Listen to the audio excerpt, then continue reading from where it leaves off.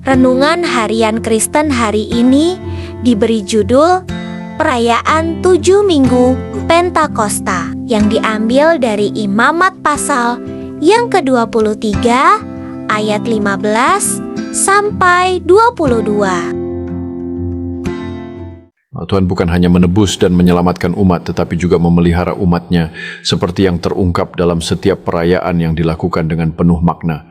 Ketika umat Tuhan melakukan perayaan, hal itu dilakukan bukan untuk berpesta pora, melainkan sebagai ungkapan syukur atas kasih dan penyelamatannya. Perayaan dilakukan untuk mengenang dan memelihara karya penyelamatan Tuhan di dalam hidup mereka, sebuah momen refleksi yang mendalam dan penuh rasa syukur.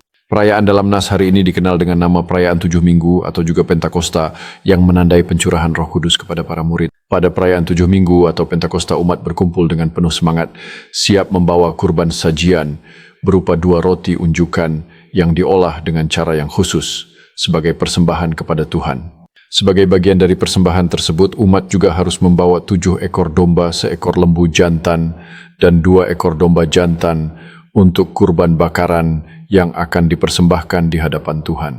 Di samping kurban bakaran, umat perlu mempersembahkan 1 ekor kambing jantan sebagai kurban penghapus dosa, simbol penebusan dan pengampunan. Untuk melengkapi persembahan 2 ekor domba, juga harus dipersembahkan sebagai kurban keselamatan, mewakili hubungan yang erat antara umat dan Tuhan. Perhitungan 7 minggu dimulai dari hari sesudah Sabat, di mana imam menunjukkan berkas hasil tuaian pertama yang umat berikan kepada imam. Dengan demikian, perayaan ini adalah ungkapan syukur atas hasil tuaian yang telah Tuhan berikan kepada umat. Perayaan ini dikenal sebagai perayaan 7 minggu setelah permulaan menuai gandum mencerminkan rasa syukur yang mendalam. Umat juga perlu memberikan kurban bakaran, kurban penghapus dosa, dan kurban keselamatan seiring dengan kurban sajian yang berupa 2 roti unjukan. Hal ini berarti ketika kita memberikan ucapan syukur, kita juga harus datang dengan hati yang benar di hadapan Tuhan, yaitu dengan kerendahan hati. Ya, dalam setiap tindakan kurban terdapat makna yang lebih dalam tentang pengorbanan dan cinta kepada sesama. Pentakosta tersebut nantinya akan menjadi jelas dan dinyatakan pada saat Tuhan dengan limpah mencurahkan Roh Kudus dalam peristiwa Pentakosta di Perjanjian Baru. Jadi kita perlu bersyukur bukan hanya untuk keselamatan, tetapi juga pemeliharaan Tuhan yang berlimpah dalam kehidupan kita.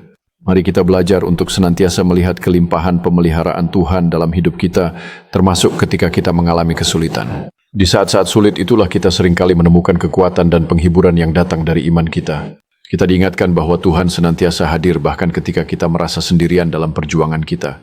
Dengan memegang teguh pada janji-janji Tuhan, kita dapat mengalami transformasi dalam cara kita melihat tantangan hidup. Ketika kita belajar untuk bersyukur dalam setiap situasi, kita membuka pintu untuk menerima berkat yang lebih besar. Kita diajak untuk melihat setiap hari sebagai kesempatan baru untuk merasakan penyertaan Tuhan dalam hidup kita. Amin.